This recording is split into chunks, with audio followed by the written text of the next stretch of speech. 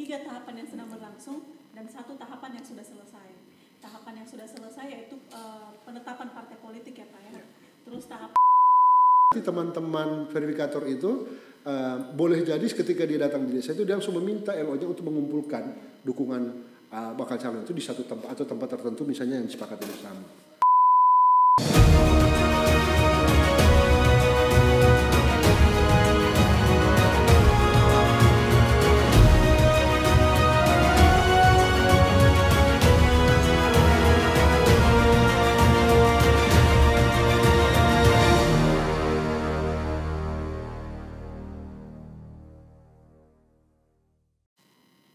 Assalamualaikum warahmatullahi wabarakatuh.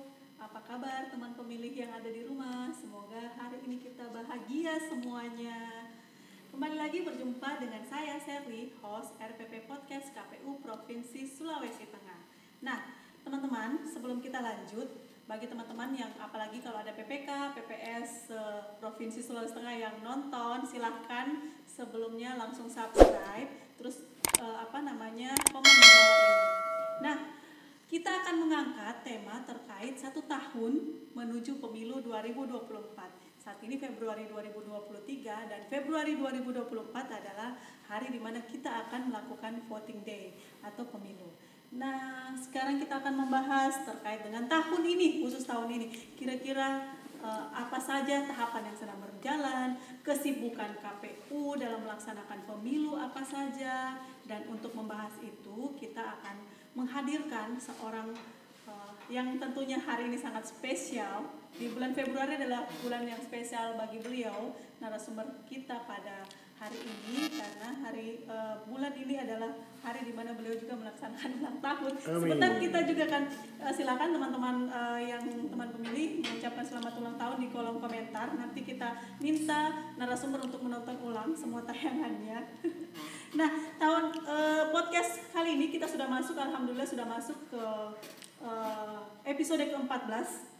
Tepuk tangan, episode 14. Dan narasumber kita sangat spesial karena ada Bapak Samsul Ghafur. Amin. Terima kasih. Gimana kabarnya Pak? Alhamdulillah. Sehat. Pantas Bapak bercahaya, glowing. Amin. Nah, Pak, kita akan membahas terkait dengan 1 tahun menuju pemilu 2024. Saat ini kan Februari 2023, 1 tahun menuju Februari 2024. Nah, mungkin teman pemilih yang ada di rumah mungkin ingin mengetahui apa saja sekarang kesibukannya KPU, tahapan apa yang sudah dilaksanakan. Mungkin Bapak bisa bercerita sedikit tentang tahapan yang sedang berlangsung. Baik, terima kasih Bu Sherly. Sampai dengan saat ini ya, KPU sudah dan telah sementara menyelesaikan beberapa tahapan penyelenggaraan pemilu.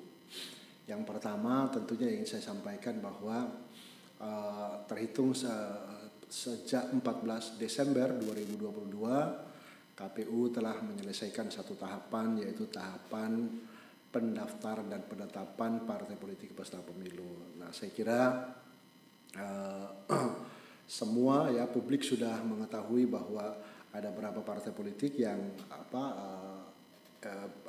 ikut sebagai peserta pemilu di tahun 2024. Ada partai politik nasional dan ada partai politik Aceh. Ya, yang nasional itu ada jumlahnya ada 18 ya. Dan kalau tidak salah partai lokal Aceh ada 6 ya kalau tidak salah. Itu tahapan yang kami sudah selesaikan. Kemudian yang berikut kami juga sementara dan sudah akan masuk di penghujung ya tahapan, yaitu tahapan penataan daerah pemilihan dan alokasi kursi baik DPRD Kabupaten, DPRD Provinsi maupun DPR RI. Nah, berkaitan dengan tahapan penataan daerah pemilihan dan alokasi kursi ini memang kalau merujuk pada ketentuan Undang-Undang 7 ya, bahwa sebetulnya kewenangan KPU itu hanya pada batas penataan daerah pemilihan anggota DPRD kabupaten kota saja. Tapi saya kira kita mengetahui semua ya, kemarin terbit putusan Mahkamah Konstitusi nomor 80 ya tahun 2022 yang memberi ya kewenangan penataan daerah pemilihan kepada KPU itu bukan hanya penataan daerah pemilihan DPRD kabupaten kota, tetapi provinsi dan juga daerah pemilihan DPR dan alokasi kursinya. Nah, saya kira dengan terbitnya putusan Mahkamah Konstitusi atas uji material ya yang disampaikan oleh sekelompok warga negara dan itu diterima oleh Mahkamah Konstitusi sehingga KPU sekarang telah atau sementara menyelesaikan ya dan tinggal beberapa hari lagi akan menetapkan daerah pemilihan baik DPRD kabupaten kota, DPRD provinsi maupun DPR RI. Nah, kita ketahui berkaitan dengan soal dapil DPRD Provinsi Sulawesi Tengah, kami beberapa waktu yang lalu sudah menyerahkan uji publik dan hasil uji publik itu kita sudah sampaikan kepada KPU untuk kemudian nanti KPU akan uji publik ya. Kemarin uji publik berkaitan dengan rancangan daerah pemilihan. Nah, saya kira memang untuk konteks Sulteng ini rancangan daerah pemilihan yang kita ajukan itu memang bukan rancangan baru sebetulnya karena DPRD Sulteng ini berdasarkan jumlah penduduk ya di semester 2 ya tahun 2021 sampai dengan semester 1 2022 itu terjadi ketambahan penduduk yang cukup tinggi sehingga menyebabkan alokasi kursinya itu bertambah, sehingga karena dengan pertambahan alokasi kursi itu ya kita melakukan redistricting lagi ya terhadap daerah pemilihan kita. Ternyata ada satu daerah pemilihan yang karena pertambahan jumlah penduduk itu alokasi kursinya itu telah melampaui jumlah alokasi maksimal yang ditentukan di dalam undang-undang, sehingga kita harus memecah dapil. Nah, saya kira juga rancangan kita itu adalah rancangan yang memang yang sudah tercantum di dalam lampiran 3 Perpu nomor 1 tahun 2002. Kemudian yang berikut, tahapan berikut, sekarang ini juga kami sedang melaksanakan tahapan penyerahan dukungan ya, kemudian verifikasi administrasi dukungan bakal calon anggota DPD. Nah, sejak tanggal 16 ya kalau tidak salah waktu penyerahan dukungan ya bakal calon anggota DPD yang telah berjalan, kami sekarang ini sudah sampai pada tahapan pelaksanaan tahapan verifikasi administrasi perbaikan ke-1. Nah, setelah ini nanti bakal calon anggota DPD ya, dukungan bakal calon anggota DPD yang telah diverifikasi administrasi oleh KPU Kabupaten Kota nanti akan diverifikasi faktual ya oleh KPU Kabupaten Kota yang tentunya akan dilaksanakan oleh teman-teman PPS. Nah, saya kira ya berkenaan dengan tahapan pencalonan bakal calon anggota DPD yang diawali ya dengan tahapan penyerahan dukungan serta verifikasi administrasi dan verifikasi faktual, saya kira seluruh proses ini nantinya ya terhadap bakal calon inilah yang akan bisa menentukan apakah bakal calon itu bisa memenuhi syarat untuk mendaftar sebagai bakal calon atau tidak.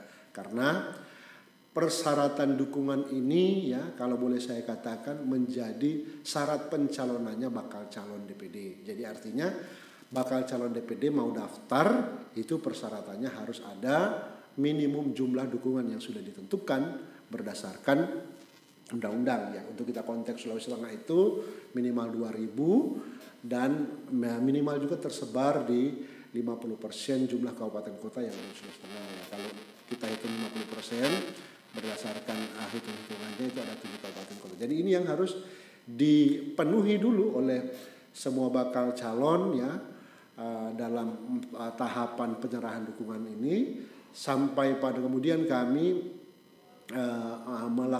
menetapkan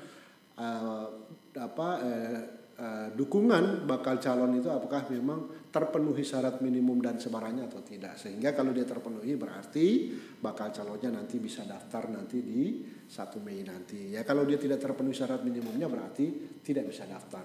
Nah olehnya berkenaan dengan tahapan verifikasi ini, ya kalau verifikasi administrasi ini kan pelaksanaannya adalah teman-teman KPU Provinsi dan teman-teman KPU Kabupaten Kota. Tapi nanti ya terhitung sejak nanti tanggal 6 ya, 6 Februari sampai 26 Maret nanti ada rangkaian kegiatan verifikasi faktual ke-1 yang akan dilakukan oleh teman-teman PPS, di mana mereka akan melakukan memverifak kebenaran dukungan. Artinya memverifikasi faktual itu mereka mau mencocokkan ya, mau melakukan pengecekan di lapangan apakah memang benar nama-nama pendukung yang tercantum yang diserahkan oleh bakal calon anggota DPD sebagai pendukungnya itu memang benar sebagai pendukungnya. Nah kalau dia menyatakan dia memang betul benar sebagai pendukungnya, nanti dia akan nyatakan kepada petugas verifikator kita yaitu PPS nanti akan bertugas di lapangan dan kemudian ini akan semua dicatat. Ada instrumen lembar kerja nanti ya yang akan dibawa oleh petugas verifikator kita untuk mencatat pertemuannya dengan pendukung-pendukung. Saya kira itu ya tahapan yang sementara berjalan. Sekarang juga ya kemarin barusan sudah ada terbit surat ya berkaitan dengan rencana apel kesiapan Pantarli. Nah, jadi terhitung nanti pada tanggal 12 Februari ya sampai dengan tanggal 14 Maret nanti KPU juga ya serentak melalui ya petugas-petugas Pantarlinya itu akan melakukan kegiatan coklit ya, pencocokan dan penelitian atas daftar pemilih yang sudah dianalisis diserahkan oleh KPU kepada KPU Kabupaten Kota. Nah, saya kira ini juga merupakan rangkaian tugas di tahapan yang cukup panjang ya yang harus diselesaikan dan saya kira pentingnya ada pelibatan dan partisipasi seluruh masyarakat, terutama masyarakat yang memang memenuhi syarat sebagai pemilih agar nanti bersiap-siap ya bahwa petugas kita nanti petugas Pantarli akan mendatangi ya rumah-rumah Bapak Ibu sekalian dalam rangka untuk melakukan pencocokan dan penelitian terhadap data-data kependudukan dari Bapak Ibu sekalian yang terdaftar sebagai pemilih. Saya kira itu ya rangkaian 4 tahapan yang sementara ini berjalan. Ya. Ternyata cukup panjang juga dan ada kalau tadi Pak Sam membahas ada 3 tahapan yang sedang berlangsung dan 1 tahapan yang sudah selesai. Tahapan yang sudah selesai yaitu penetapan partai politik ya Pak ya. Terus tahapan yang sedang berlangsung yaitu tahapan verifikasi DPD, terus tahapan daerah pemilihan, terus pemutahiran. Nah, sebelum saya masuk ke tahapan yang sedang berlangsung, saya mau bertanya dulu Pak. Kan tahapan penetapan partai politik kan sudah selesai. Nah, tapi faktanya ketika saat ini masih ada beberapa masyarakat yang datang ke kantor untuk melakukan tanggapan terkait ketika namanya masih tercatut di dalam anggota partai politik. Nah, ketika mereka misalkan mau daftar PPK, PPS atau petugas yang tadi Bapak bilang petugas pemutahiran data pemilih Pantarli, ketika diminta untuk melakukan pengecekan, NIK-nya itu masih terdaftar sebagai anggota partai politik. Apakah masyarakat ini masih bisa melakukan tanggapan untuk meminta kepada partai politik mengeluarkan nama mereka sebagai pendukung dan bagaimana mekanismenya? Baik, ya saya kira memang berkenaan dengan tanggapan masyarakat ya berkaitan dengan mereka-mereka yang namanya ya dimasukkan sebagai anggota partai politik ini memang sejak awal tahapan verifikasi faktual ini KPU sudah membuka akses ya kepada mereka untuk memberikan tanggapan. Ini artinya sebetulnya KPU itu mau ingin melibatkan seluruh lapisan masyarakat ya dalam proses ini karena berkaitan dengan tahapan ini ya bahwa ada nama-nama anggota parpol yang disampaikan oleh partai politik ini kan kemudian dalam banyak hal ya, ternyata ada masyarakat kita yang memang menurut mereka tidak pernah ya, atau tidak pernah mereka punya afiliasi atau dengan parpol dan lain sebagainya, lalu kemudian nama anggota masyarakat yang bersangkutan masuk sebagai anggota partai politik. Nah ini sehingga kemudian KPU itu di pemilu ya, untuk kepentingan pemilu 2024 ini memberikan akses ya kepada masyarakat di masa tahapan itu sementara berjalan sampai kemudian nanti ya setelah selesai pun memang KPU ini terus membuka akses kepada masyarakat untuk menyampaikan tanggapannya. Karena apa? Memang ini berkaitan dengan soal pelibatan anggota masyarakat sebagai anggota partai politik ini kan memang ada konsekuensi sebetulnya. Karena begini ya, ada pekerjaan atau profesi-profesi tertentu memang yang oleh undang-undang itu memang melarang orang itu di profesi tertentu itu menjadi anggota partai politik, sehingga itu yang banyak ya tanggapan-tanggapan disampaikan kepada kami KPU itu adalah mereka memang yang ada yang terdaftar sebagai P3K ya, pegawai ASN yang berstatus P3K, atau mungkin ada mereka juga yang sedang bekerja di BUMN yang konon juga menurut ketentuan aturan-aturan yang berkenaan dengan pekerjaannya itu dilarang dan lain sebagainya, sehingga bahkan juga ada mereka yang mau atau ingin menjadi ASN ya, kemudian menjadi terhalang haknya hanya karena memang namanya itu sudah dimasukkan sebagai keanggotaan partai politik. Nah sama halnya ini ya rekan-rekan sekalian berkaitan dengan dukungan yang diberikan kepada atau dukungan terhadap bakal calon anggota DPD. Nah ini juga kita KPU membuka akses ya yang seluas-luasnya kepada masyarakat untuk bisa menyampaikan tanggapannya. Cuman yang membedakan ini kalau berkenaan dengan tanggapan masyarakat ya untuk ya keanggotaan parpol, KPU ini kan terus membuka. KPU itu dalam posisi ya sebagai dalam konteks keanggotaan parpol ini hanya memfasilitasi saja sebetulnya ya, jadi tidak bertindak sebagai eksekutor. Nah jadi disampaikan kepada parpol dan meminta pada parpol itu untuk mengeluarkan nama orang-orang yang menyampaikan tanggapannya ke dalam. Nah berbeda dengan dukungan keanggotaan bakal calon anggota DPD. Nah kalau di status dukungan atau tanggapan yang disampaikan oleh masyarakat berkenaan dengan ya dimasukkannya nama orang atau nama masyarakat di dalam dukungan sebagai pendukung bakal calon anggota DPD itu bisa menyampaikan tanggapan dan langsung ya kami KPU provinsi yang akan bertindak sebagai eksekutornya. Jadi kita langsung bisa mengeksekusi. Jadi mekanismenya kan sudah ada. Silahkan hampir sama ya. Ada link yang harus diisi link yang harus dibuka, kemudian ada formulir tanggapan masyarakat yang harus disampaikan di sana. Kemudian nanti teman-teman KPU kabupaten kota akan memverifikasi. Setelah memverifikasi nanti akan disampaikan kepada KPU provinsi. Nah, berkenaan dengan dengan keanggotaan parpol nanti difasilitasi untuk disampaikan kepada parpol bahwa minta tolong orang ini sudah menyampaikan tanggapan untuk kemudian bisa dikeluarkan namanya. Nah berkaitan dengan pendukung, nah kami KPU provinsi berdasarkan ketentuan peraturan KPU 10 PKPU 10 KPU provinsi lah yang akan menghapus nama-nama pendukung yang sudah menyampaikan tanggapannya dan telah dilakukan verifikasi oleh KPU kabupaten kota. Jadi saya kira ini mungkin lebih progresif ya, karena kita sudah langsung bisa mengeksekusi. Iya.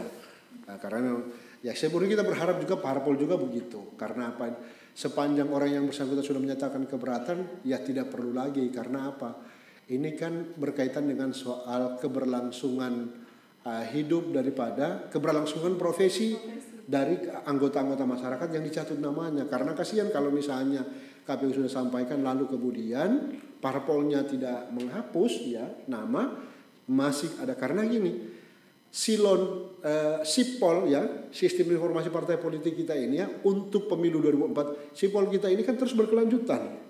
Artinya dia terus ada, dan dokumen-dokumen kepengurusan parpol, keanggotaan parpol itu akan terus ada di dalam.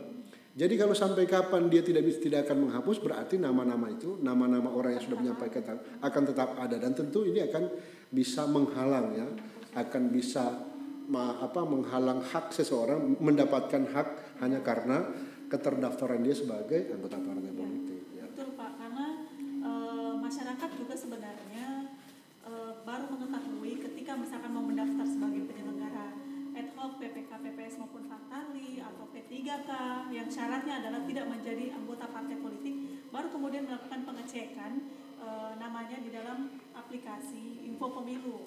Padahal sebenarnya kita sudah dari dulu mensosialisasikan ini, dan ini akan terjadi lagi ketika untuk tahapan verifikasi verifikasi untuk DPD, pendaftaran DPD, di mana tadi sudah disampaikan oleh Pak Syam bahwasanya syarat pencalonan bagi bakal calon DPD adalah mempunyai 2.000 pendukung yang tersebar di 7 kabupaten kota.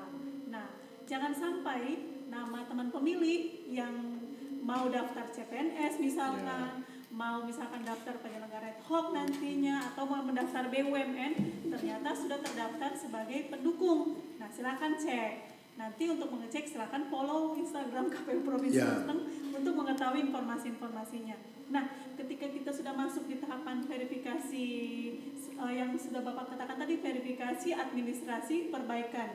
Nah, setelah ini nanti langsung masuk tahapan verifikasi faktual, di mana akan dilakukan oleh PPS ya Pak ya, melakukan verifikasi faktual. Jadi apakah 2.000 orang itu akan didatangi oleh PPS, ataukah ada metode yang dilakukan oleh KPU seperti itu, dan apa saja yang dipersiapkan oleh masyarakat? Apakah kita harus kaget apa segala macam atau bagaimana Pak? Iya, sekarang kan teman-teman KPU Kabupaten Kota telah menyelesaikan tahapan verifikasi administrasi perbaikan ke-1 ya.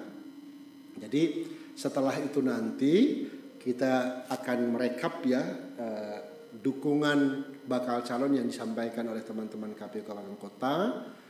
Kemudian nanti setelah itu apakah setelah kita merekap bakal calon ini terpenuhi syarat minimumnya atau tidak, kalau terpenuhi berarti kita akan teruskan bakal calon yang bersangkutan untuk diverifikasi faktual dukungannya. Nah, berkaitan dengan verifikasi faktual ini ya berdasarkan ketentuan peraturan KPU 10 bahwa dukungan ya bakal calon yang akan diverifikasi faktual ini tentu tidak semua dukungan yang dinyatakan memenuhi syarat pada saat pelaksanaan verifikasi administrasi perbaikan ke-1, tapi berdasarkan ketentuan hanya ada orang-orang tertentu ya, pendukung tertentu saja ya yang akan disampling ya. Nah, penggunaan disampling ya, dan yang akan nama-namanya itu masuk sebagai nama sampling yang akan diverifikasi faktual. Nah, kita Bapak Ibu sekalian dalam penarikan sampel itu menggunakan formula dengan metode Critch and Morgan, namanya Critch and Morgan. Jadi dalam metode Critch and Morgan sebetulnya rumus statistik yang sudah biasa digunakan oleh para peneliti ya, khusus mereka yang berada di profesi sebagai profesi ya statistik ya. Jadi sebetulnya rumus ini rumus yang sudah sering digunakan ya Bapak Ibu. Jadi berapa jumlah populasi, berapa jumlah sampel yang digunakan, ada rumus baku juga yang sudah di formula, sehingga dengan formula itu sudah ada sampelnya yang nanti diurut berdasarkan wilayah, berdasarkan umur, berdasarkan jenis kelamin, dan berdasarkan alamatnya. Itu sudah nanti kita sudah akan teratur. Nah, begitu juga berkaitan dengan interval sampel nanti yang akan ditentukan oleh pada saat pencuplikan sampel itu ditentukan dan akan dilakukan dengan menggunakan sistem informasi pencalonan DPD. Nah, itu nanti kami berencana tanggal 4 nanti setelah melakukan rekapitulasi dukungan kami akan melakukan penarikan pencuplikan sampel. Setelah itu nanti sampel-sampel yang telah kami cuplik itu akan kami sampaikan kepada teman-teman KPU Kabupaten Kota. Nah, itulah nama-nama yang akan diverifikasi faktual oleh teman-teman KPU Kabupaten Kota melalui petugasnya ya verifikator yaitu PPS. Jadi PPS kita nanti akan mendatangi atau meminta ya. Jadi gini, di dalam ketentuan norma pasal kita itu boleh dia mendatangi atau dia meminta olehnya.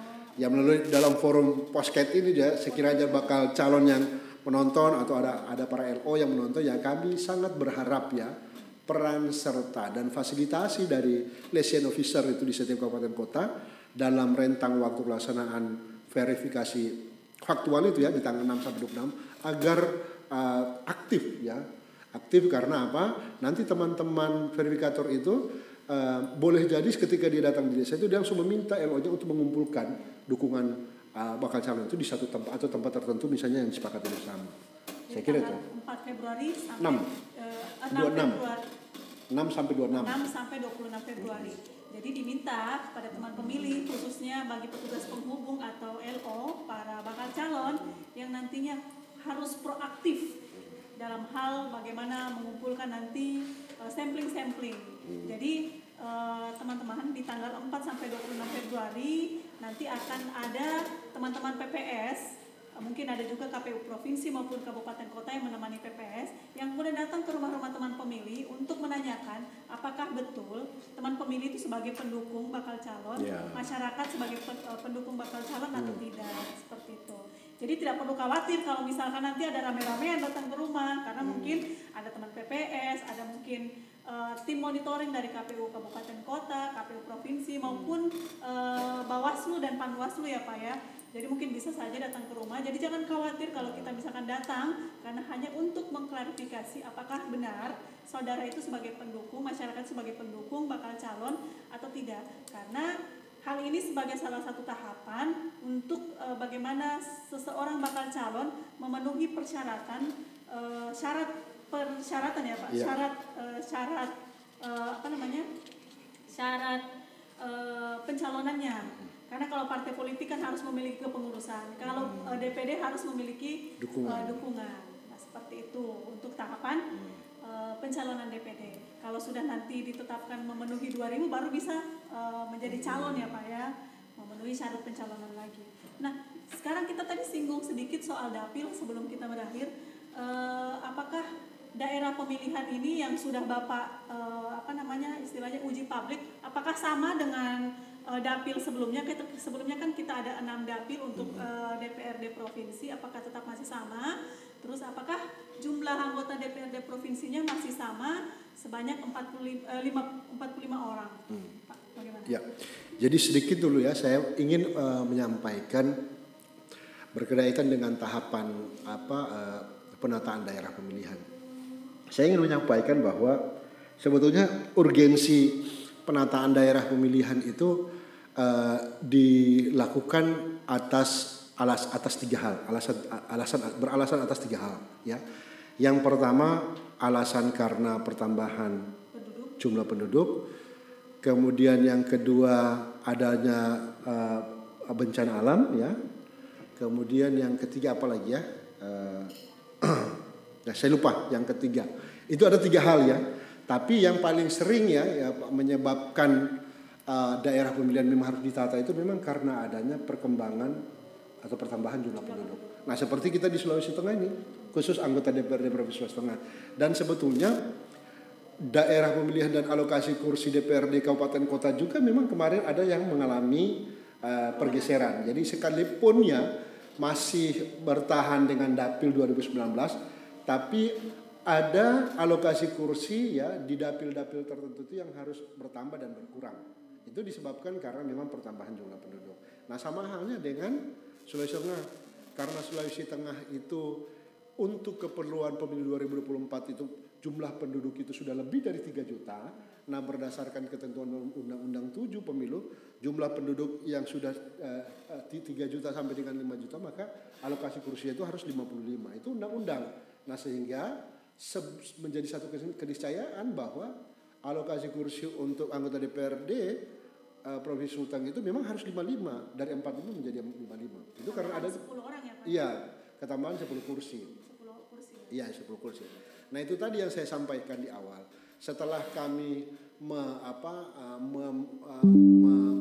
meredesain ya dapil anggota DPRD Sulteng karena pertambahan jumlah penduduk, ternyata dari data agregat kependudukan yang diserahkan oleh Kementerian Dalam Negeri, karena yang menjadi rujukan itu adalah data agregat kependudukan semester 1 2022. Iya, semester 2022. Itu yang menjadi patokan KPU dalam menentukan jumlah penduduk untuk keperluan penataan dapil dan penentuan alokasi kursi.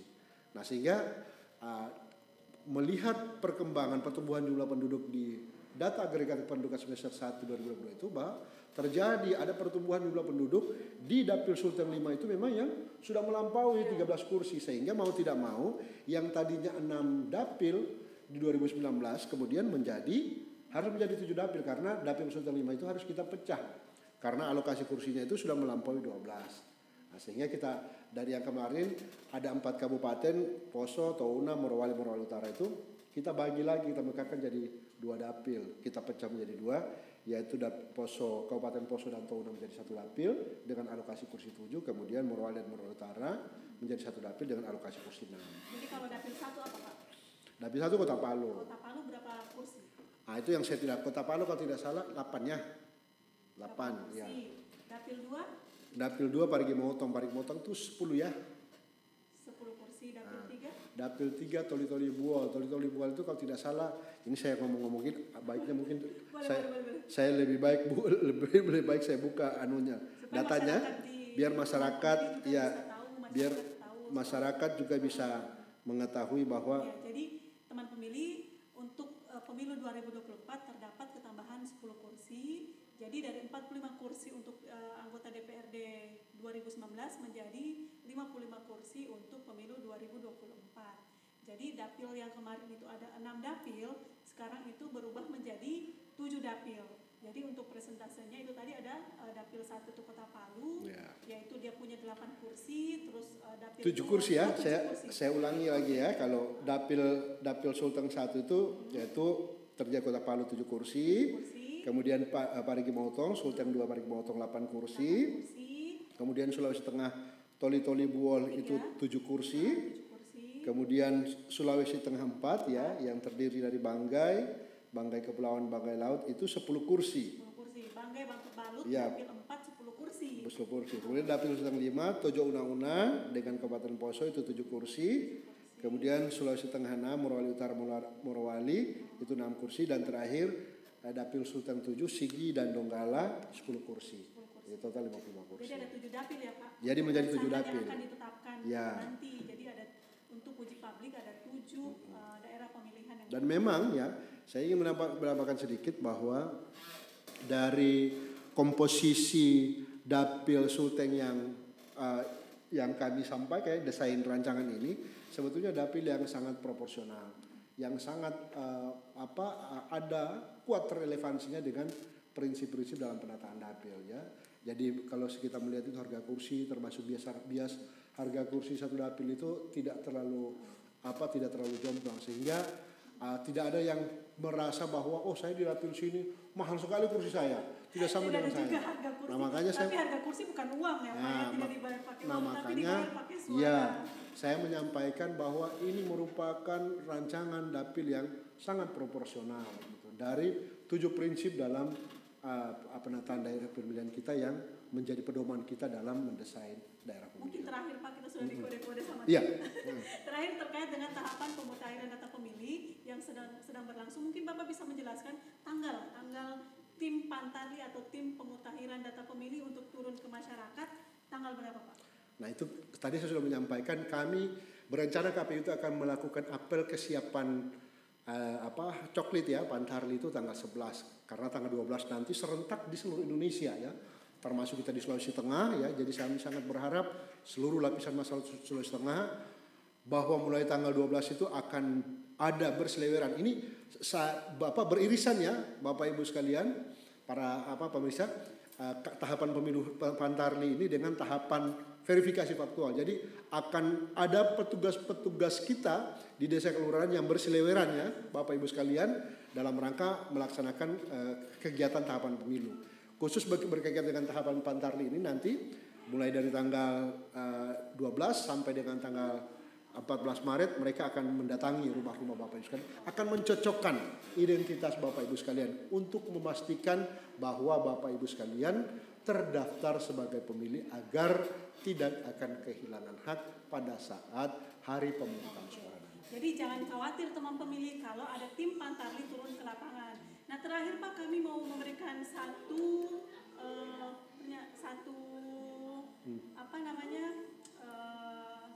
persembahan terakhir. Hari ini adalah hari ulang tahun dari Pak Sam. Ibu Ketua kami persilakan untuk naik ke sini, Bu Ketua. Ya.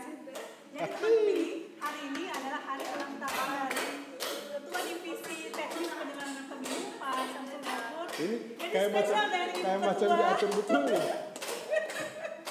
Bismillah.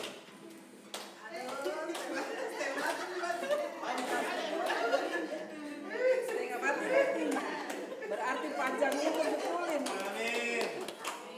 Amin. Sudah. Oke, sudah sih. Kasih masuk. Iya. Kasih masuk di sana. Iya, sudah. Jadi teman pemilih hari ini adalah ulang tahun Pak Sam. Jadi silakan tulis di komentar yang mengucapkan selamat ulang tahun buat Pak Sam. Hari ini